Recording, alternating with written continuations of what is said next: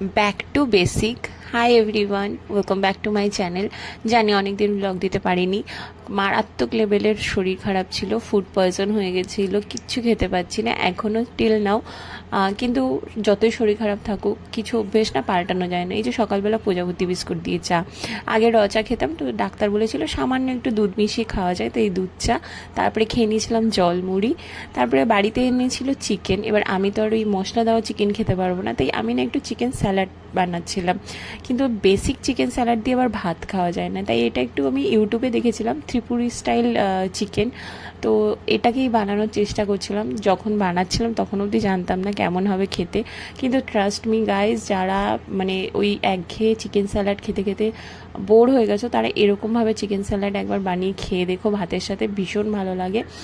এখানে হচ্ছে বাকিদের চিকেন একদম ঝাল তেল মশলা দিয়ে, আর আমারটা হচ্ছে একদম সেদ্ধ।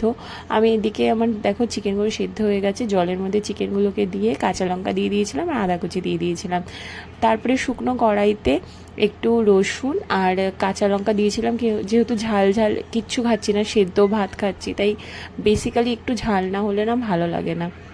তাই কাঁচা লঙ্কা আর রসুন একটু ভালো করে একটু রোস্ট করে নিলাম, তারপর ওগুলোকেই এরকমভাবে থেতো করে নিচ্ছি, নিয়ে এই চিকেনের মধ্যেই দিয়ে দেবো। তারপরে নুন আর একটু লেবু দিয়ে দেবো। তারপরে চিকেনের জলটা সেদ্ধ হওয়া অবধি চিকেনটাকে ভালো করে সেদ্ধ করব। চিকেনগুলোকে হাত দিয়ে ঠান্ডা হওয়ার পরে হাত দিয়েও ছাড়িয়ে নিতে পারো, আমি কড়াইতেই ওই কাঁটা চামচ দিয়ে ছাড়িয়ে নিয়েছিলাম।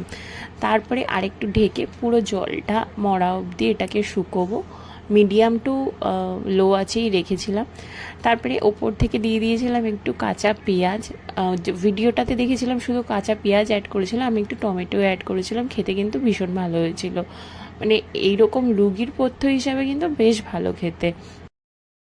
যারা ডায়েট করছো তাদের জন্য কিন্তু ভীষণ ভালো খাবার।